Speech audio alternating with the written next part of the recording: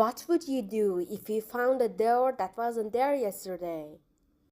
It was a rainy afternoon and I was bored at home. I decided to explore the old attic.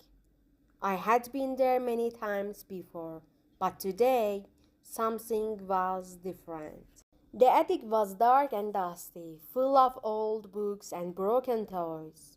I walked slowly, touching the old furniture and feeling the cold air. But then I saw it. At the end of the attic, there was a door, a small wooden door that I had never seen before. It was old with a rusty handle.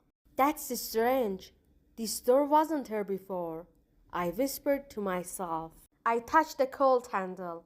It was locked, but as I turned it, the door slowly creaked open by itself. My heart started to race.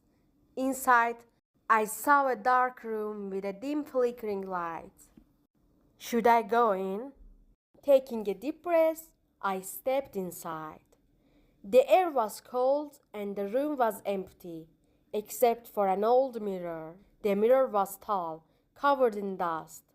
When I wiped the dust away, I saw something shocking. In the mirror, I saw myself, but older, wearing strange clothes from the past. My reflection looked at me and smiled. Then it whispered, "Find the key before it's too late." Suddenly, the door behind me slammed shut.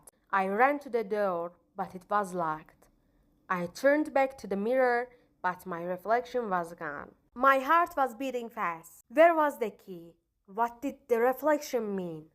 And how would I escape? What would you do if you were trapped in a room like this? Do you think I will find the key? Tell me your guess in the comments. Follow for more mysterious English stories.